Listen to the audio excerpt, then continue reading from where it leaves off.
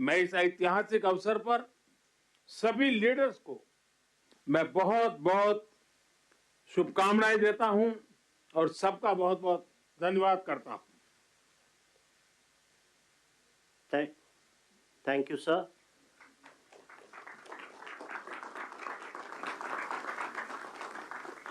India and the United States.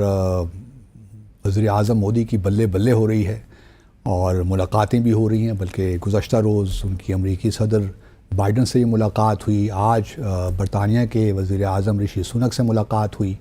तो बड़ा एक मैं समझता हूँ कि बहुत बड़ी बात है इंडिया के लिए वहाँ G20 का सरबराही इजलास होना, और ख़ास तौर पे मोदी साहब या इंडिया ये भी क्रेडिट ले रहा है कि उनकी वजह से उनकी लीडरशिप में अफ्रीकन यूनियन को भी एक मेंबर बना दिया गया है G20 का। तो अब में तो देखिए ना, a tea boy who became a prime minister and he feels pride in being a tea boy.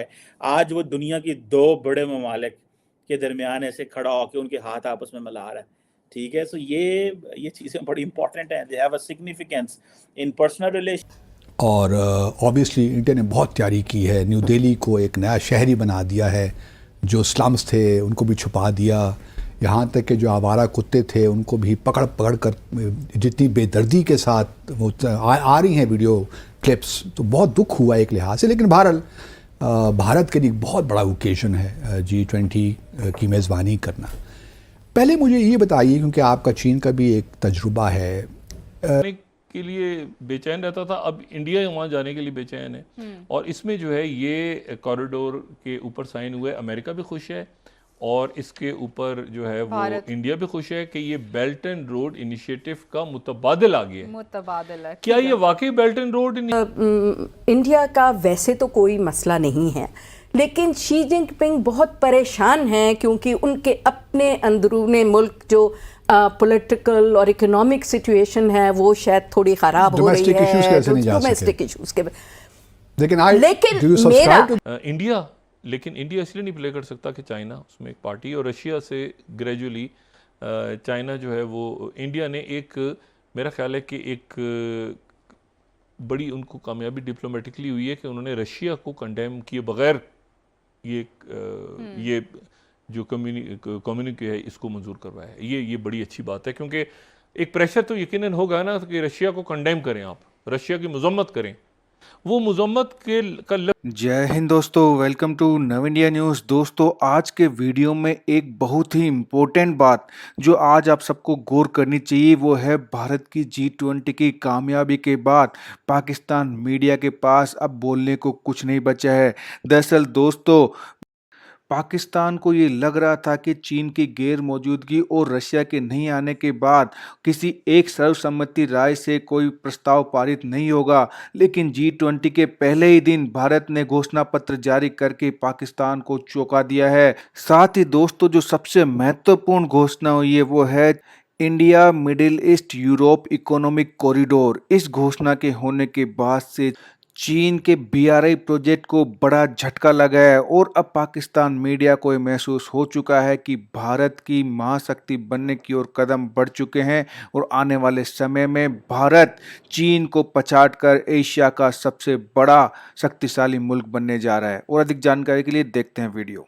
तो ये बहुत ही इम्पोर्टेंट इवेंट है क्योंकि आगे अब वो इलेक्शन में जाएंगे। अभी उन्होंने वो जो है SCO की समिट का आपने देखा करवाई थी, जिसमें थोड़ा सा उन्हें सेटबैक हुआ क्योंकि वो वर्चुअल करवानी पड़ी। प्यूटिन भी नहीं आए और प्रेसिडेंट शी भी नहीं आए, और लेकिन ये उससे ज़रा थोड़ी ज़्यादा अहमियत की हामिल है क्योंकि इसमें सारे डेवलप वर्ल्ड जो है वो आया है, सारे इम्पोर्टेंट लीडर्स इंडिया के पॉइंट ऑफ व्यू से तो आ ही गए हैं। बल्कि मुझे तो देख के थोड़ा सा ये हो रहा था कि ऐसे लग रहा है कोलिशन ऑफ द विलिंग जो है वो जमा हो गया है दिल्ली में, because Putin and Xi of course are both not there. Putin का तो अपना एक है कि वो वॉर क्राइम्स के लिए ICC में रिक्वायर्ड है, हाँ, तो वो अपने मेज़बान को मुश्किल में नहीं डालना चाहते और उस वो ब्रिक्स में भी नहीं गए थे।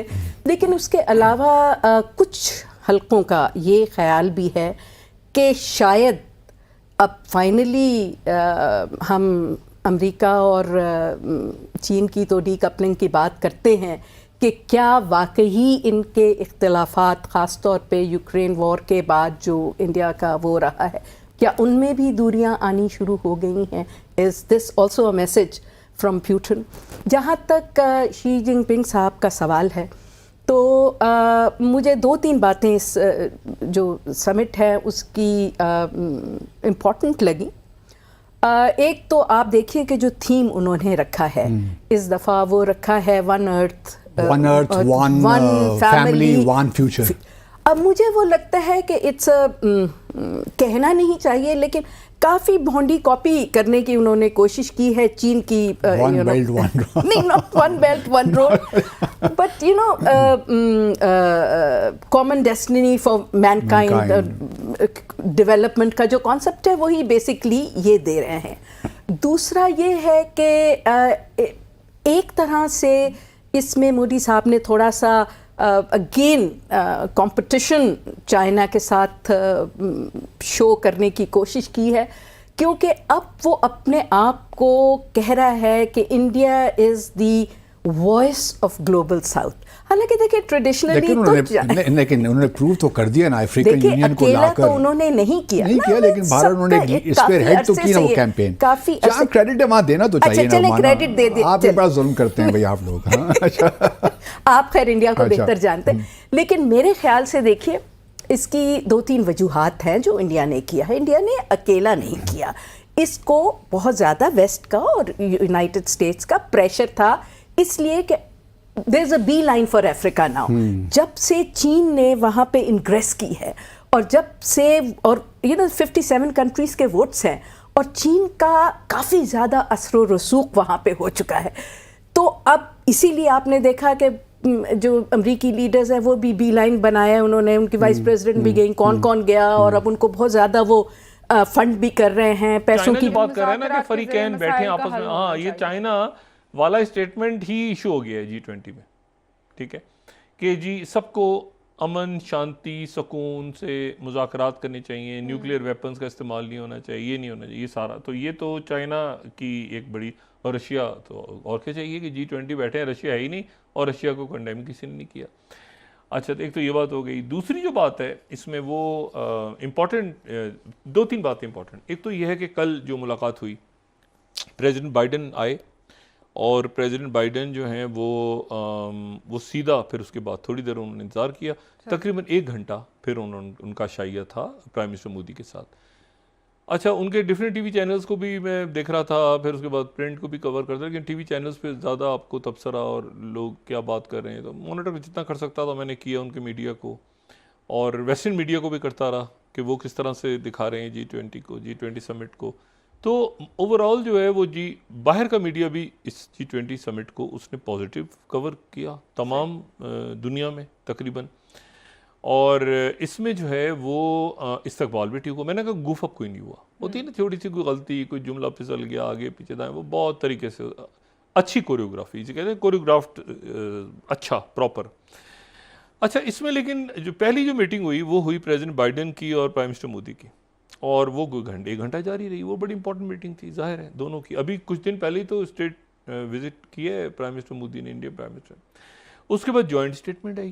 اچھا اصل بات یہ ہے ہمیں تو نہیں پتا کیا باتیں ہوئی ہیں دونوں کی. کٹر پٹر کھانے کا مینیو پتہ ہے بہرحال وہ تو آؤٹ ہو گیا, لیکن کھانے میں بس وہ چھوڑ دیں, اب کھانے کا ویسے ہی ٹائم ہو رہا ہے تو میں کیا کھانے کا ذکر کروں گا اس وقت.